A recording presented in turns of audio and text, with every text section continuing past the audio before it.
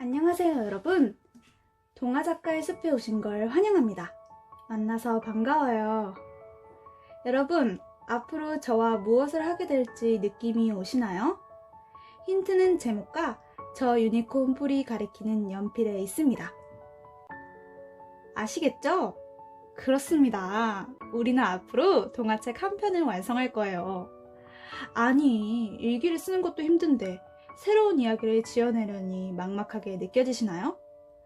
여러분들을 위해 매 수업마다 명작동화, 이소부와 전래동화를 예로 들어줄 거예요. 동화작가로 데뷔하는 거 진짜 어렵지 않아요.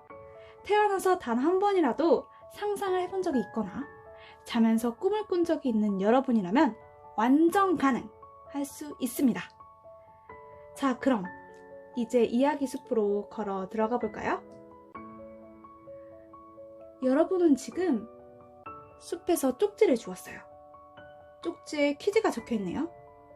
이 그림은 무엇을 의미할까요? 이걸 맞춰야 다음으로 넘어갈 수 있습니다. 포기하지 마세요. 쪽지를 뒤집어 본 여러분은 더 자세한 그림을 발견합니다. 그렇죠. 정답은 지구 3개입니다.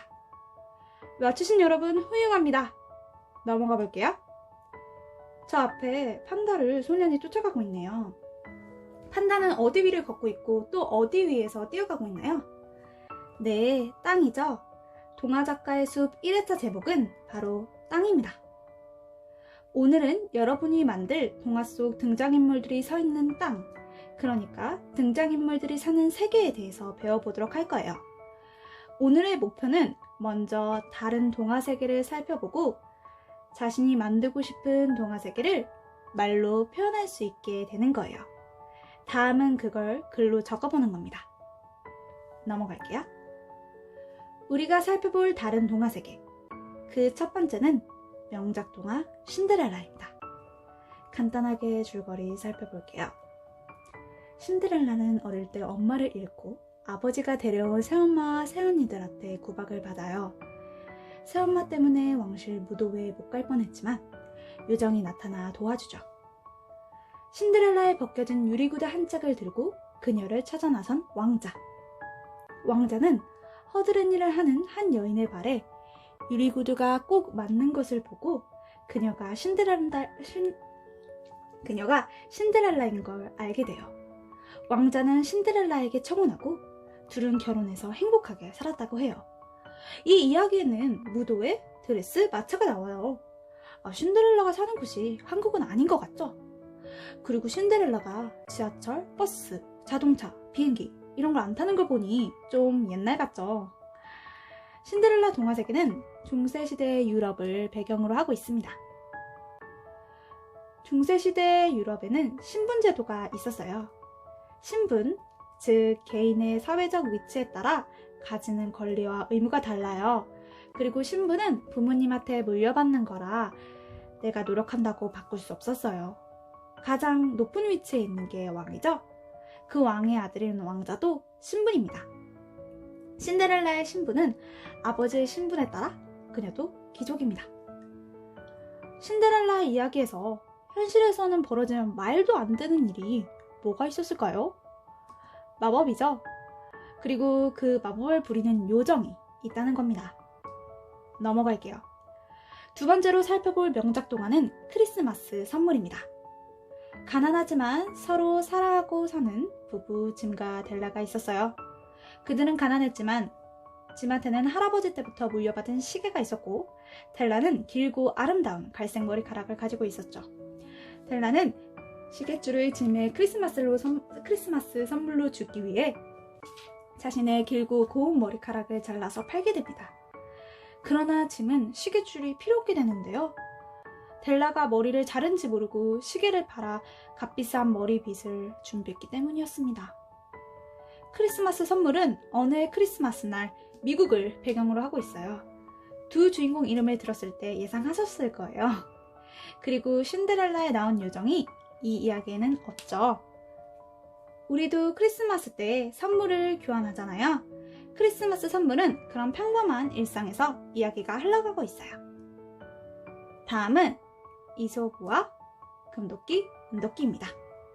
나무꾼이 연못에 도끼를 빠뜨려서 울고 있을 때 산신령이 나타납니다.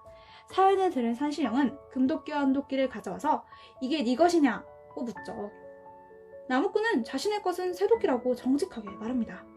나무꾼의 정직함에 감탄한 산신령은 금도끼와 은도끼를 모두 줍니다. 반대로 소문을 듣고 따라한 욕심쟁이한테는 벌을 줬다고 합니다.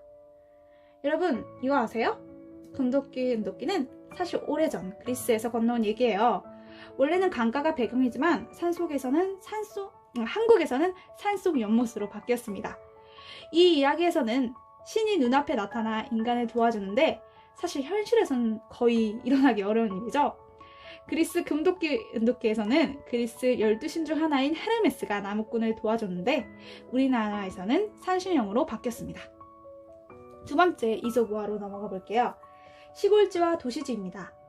어느 날 시골에 사는 쥐가 도시에 살던 쥐를 초청했는데 도시쥐는 몹시 중요해하며 신기한 음식들을 배불리 먹을 수 있는 도시로 오라고 초대해요.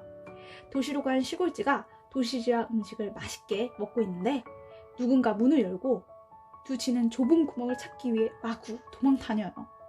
다시 음식을 먹으려고 하자 또 다시 누군가가 들어오죠. 시골쥐는 이렇게 위험한 곳에 못 살겠다며 시골로 돌아가겠다고 해요.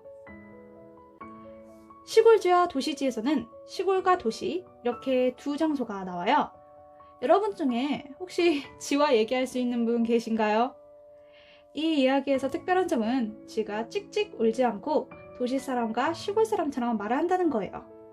넘어가 볼게요. 다음은 전래동화 해와 달이 된 오누이입니다. 옛날 옛적 깊은 산속에 홀어머니와 오누이가 살고 있었어요. 떡을 파는 어머니는 집으로 돌아오던 중에 호랑이를 만났고 하나씩 주던 떡이 떨어지자 호랑이는 결국 어머니를 잡아먹었죠. 호랑이는 오누이도 잡아먹으려고 어머니로 변장하지만 이를 알아챈 오누이는 뒷문으로 빠져나와요. 나무 꼭대기까지 올라왔는데 호랑이가 계속 쫓아와요. 오누이가 눈물을 흘리며 하늘을 향해 싹싹 빌자 금동아줄이 내려왔고 오누이는 그 줄을 타고 하늘로 올라갑니다. 이를 보고 따라한 호랑이한테는 썩은 동아줄이 내려왔고 줄이 끊어져 죽게 됩니다. 하늘로 올라간 오누이는 하늘의 햇님과 달님이 됐다고 해요. 줄거리에서 들은 것처럼 해와 달이 된 오누이는 옛날 옛적 깊은 산속을 배경으로 하고 있습니다. 이 이야기에서 특별한 점은 호랑이가 사람 말을 한다는 점, 하늘에서 금 동아줄과 썩은 동아줄이 내려온다는 점, 그리고 제목 그대로 오누이가 해와 달이 됐다는 점입니다. 두 번째 전래 동화로 가볼게요. 연호랑과 새우녀입니다. 신라 제8대 아달랑이 즉위한 지 4년이 되던 해에 일어난 일입니다. 동해 바닷가에 연호랑과 새우녀라는 부부가 살고 있었어요. 하루는 남편 연호랑이 바닷가 바위에서 해초를 따고 있었는데 바위가 갑자기 움직이더니 그대로 일본으로 떠내려가요. 일본 사람들은 보통 사람이 아니라며 연호랑을 왕으로 받들어요. 새우녀는 새우랑을 찾다 바위 위에 있는 그의 신발을 발견하고 그 위로 올라서는데 이번에도 바위가 일본으로 떠내려갑니다. 새우랑은 새우녀와 만나고 새우녀는 일본의 왕비가 됩니다. 그때 신라는 갑자기 해와 달이 사라져 발칵 뒤집혀요. 신라의 해와 달인 두 사람이 일본으로 가버렸기 때문이죠. 연호랑과 새우녀의 사건이 벌어지는 때는 신라 제8대 아달라 왕이 즉위한 지 4년이 되던 해이고 사건이 일어나던 장소는 신라 동해 바닷가와 일본입니다. 신데렐라에서처럼 여기에서도 신분 제도가 있다는 걸 알 수 있어요. 그런데 제가 신분이 쉽게 바뀌지 않는다고 했잖아요. 그러니까 이 이야기에서는 연호랑과 새우녀가 신분이 상승해 신라의 왕과 왕비가 된 게 아니라 일본으로 건너가서 왕과 왕비가 된 거죠. 이제 현실에서는 말도 안 되는 일이 뭐가 있었는지 살펴볼게요. 바위가 저절로 떠서 일본으로 무사히 도착한다는 점. 해와 달이 된 오누이처럼 연호랑과 새우녀가 해와 달을 상징한다는 점이 그렇습니다.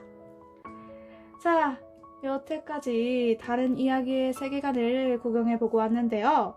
참 다양한 이야기 장르가 있구나 싶죠? 여기서 장르는 프랑스어인데 종류라는 뜻과 같다고 보시면 됩니다. 앞으로 제가 장르라는 말을 쓰면 모른다고 하시면 안 돼요.